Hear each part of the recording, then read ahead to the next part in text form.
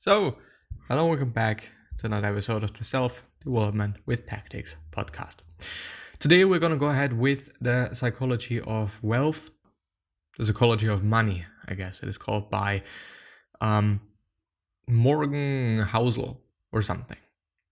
I should actually know that. Anyway, we are going ahead with chapter 7 or the point 7. I actually don't know if he has chaptered things in this manner, but it is about freedom. I don't know if it is going to be about financial freedom. I don't know if it is going to be about freedom in general, but I do want to point out, and I do want to say that, being financially free and whatnot is a bit of a...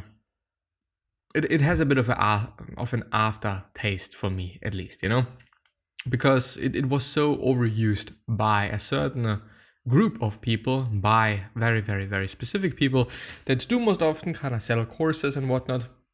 And I tend to be, not that great with these people in terms of, I don't want to say that I hate them or dislike them, because this is an over generalization, and I just can't say that. And I don't really know if those courses work or not, so I do not also want to judge them. But it just feels a bit itchy for me. It's just, I don't know, trust, the potential to trust those people and trust those courses and whatnot starts pretty badly, at least for me. Anyway, freedom and the 7th chapter. The ability to do what you want, when you want, with who you want, or actually with whom, isn't it? Anyway. For as long as you want is priceless. It is the highest dividend money pays. The highest form of wealth is the ability to wake up every morning and say, I can do whatever I want today. People want to become wealthier to make them happier. Happiness is a complicated subject because everyone's different. But if there is a common denominator in happiness, a universal fuel of joy, it's that people want to control their lives. And yeah, of course, to maybe actually a pretty big extent, you can do this with money. And I do also want to say that I guess, and I would say that money and happiness, there is a correlation. I haven't made my mind up yet in terms of how big this correlation is, for example, saying, the more money you have, the happier you're going to be. To some extent, yes, this is probably going to be true or the truth. But it's not the full thing, it's not the full story. There is way more to that, way more nuances. And therefore it is also actually indeed pretty complicated. Also, as the author already pointed out, it is highly subjective.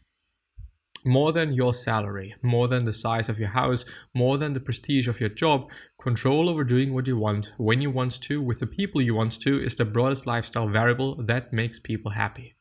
Money's greatest intrinsic value, and this can't be overstated, is its ability to give you control over your time, to attain, bit by bit, a level of independence and autonomy that comes from unspent assets that give you greater control over what you can do and when you can do it. Using your money to buy time and options has a lifestyle benefit few luxury goods can compete with.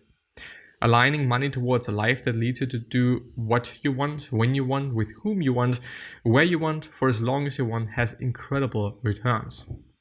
Of course, it has. I'm actually dirty. Just eaten something. It's very likely. I think there's also a bit more to that. Only because you're having a lot of money does not necessarily mean that you're going to spend it in this way. And if you already have some money, I would argue that quite a bunch of people are not spending it in this way either. Quite. Don't want to say rich people, I just want to say people, more or less the ordinary people. I do think that they're also not spending their money in that way, so that things are getting automated, that they have more time. I don't know, I doubt that to some degree, but obviously, and this really makes sense. If I'm having just a lot of money, I am indeed gonna automate a ton of things and try to save as much time as I possibly can by, for example, having a maid, by, for example, having somebody that cleans my room, and so on and so forth. Like, it just really truly makes sense, at least at my point. Aligning money towards a life that lets you do what you want, when you want, with whom you want. Oh, I guess I've read that. Being able to wake up one morning and change what you're doing on your own terms whenever you're ready seems like the grandmother of all financial goals. Independence to me doesn't mean you'll stop working. It means you only do the work you like with people you like at the times you want for as long as you want. And this actually is something that reminds me of a ton of influencers. They work. If the work they're doing is indeed, stressful and or, if it is exhausting, this is something we could argue about. This is something that we could be talking about. Like, I don't really know. And I still find it actually pretty incredible to feel satisfied with this kind of work.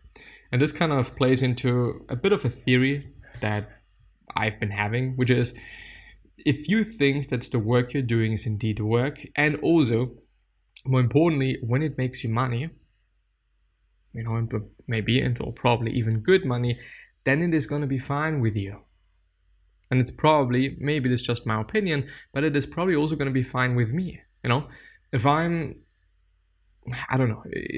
I'm designing something, if I'm doing something and it is for free, then I think I'm thinking about it differently than just when I'm getting paid for it. Also in terms of my satisfaction, also in terms of me being happy with whatever I'm doing.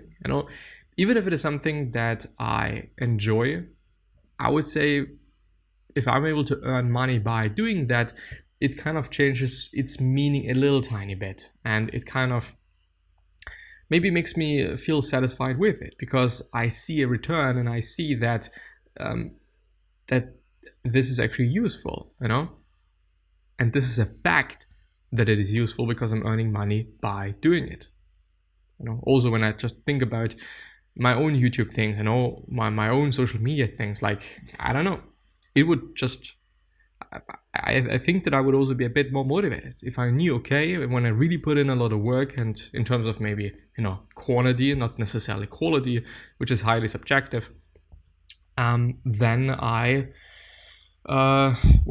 just might be more satisfied. And I might be happier and willing to do more of that work, just because I see a return and I see a reason for me to do so, which may be pretty obvious. But in certain life situations, not necessarily. Anyway, I don't know. I think this is indeed a thing influencers are dealing with. Most often they hopefully are doing the work they want to do. And it depends on their position, but also they're able to really choose whom they are working with, and also what they do, how much they do. Well, obviously there are going to be some bills to be bills to be paid. That's for sure. And I think that sometimes people just have to do the work, even though they don't maybe even want to do it. Maybe not that much at least. Anyway, man in the car paradox. No one is impressed with your possessions as much as you are. There is a paradox here. People tend to want wealth to signal to others that they should be like and admired. But in reality, those other people often bypass admiring you, not because they don't think wealth is admirable, but because they use your wealth as a benchmark for their own desire to be liked and admired. It is a subtle recognition that people generally aspire to be respected and admired by others. Using money to buy fancy things may bring less of it than you imagine. If respect and admiration are your goal, be careful how you seek it. Humility, kindness, and empathy will bring you more respect than horsepower ever will. I would say so as well, and I would argue additionally to that it also heavily depends on how you're presenting yourself. Of course, if you wear certain outfits in your certain car, maybe just maybe, potentially, you're gonna be viewed as a different person than just having on your fucking joggers and whatnot and sitting still in your fancy car. It is different. And also how you treat people, obviously humility, as the author pointed out, kindness and empathy, how you interact with the world, it's just gonna change quite a lot. It is a bit fortunate, to be honest, but also just understandable that the way you present yourself and the way other people see you from the outside is really gonna influence to a high degree how they are, interacting with you, first of all, and second of all, how they're gonna think about you and what they're gonna think about you. Of course, this is really not important because they don't know you anyway, and it just is, it's a guess, they are making. This guy probably is this and that and these and those, but they just don't know because they don't know you, or this girl, or whatever. Of course, we all have thoughts about other people. We all think something. We can't control it, and so just being fine with it and accepting whatever it might be is, at my point of view, the way to go. How much is there actually left? Because I don't want to end up ending the episode way too early. Quite.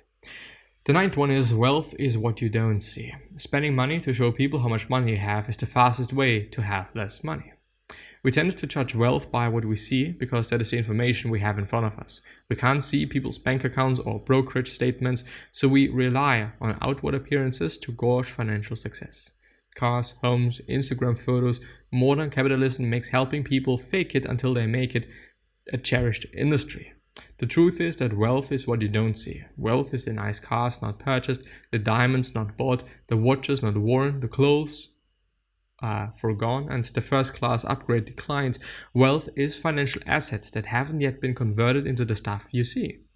That is not how we think about wealth, because you can't contextualize what you can't see. You don't see the stocks that certain people are holding, even if it might be $1 million worth of stocks. Who knows? The only way to be wealthy is to not spend the money that you do have. It is not just the only way to accumulate wealth, it is the very definition of wealth. We should be careful to define the difference between wealthy and rich. It is more than semantics. Not knowing the difference is a source of countless poor money decisions. Rich is a current income. Someone driving a 100k car is almost certainly rich, because even if they purchased a car with debt, you need a certain level of income to afford the monthly payment. Same with those who live in a big home, who live in big homes. It is not hard to spot rich people. They often go out of their way to make themselves known. Wealth is hidden. It's income not spent. Wealth is an option not yet taken to buy something later. Its value lies in offering you options, flexibility, and growth to one day purchase more stuff that you could right now. People are good at learning by imitation, but the hidden nature of wealth makes it hard to imitate others and learn from their ways, because we are not seeing it. Because we often just do not know, unless we want to know and ask these people. On one hand, on the other hand, reading books could help, or articles. I do not want to glorify books.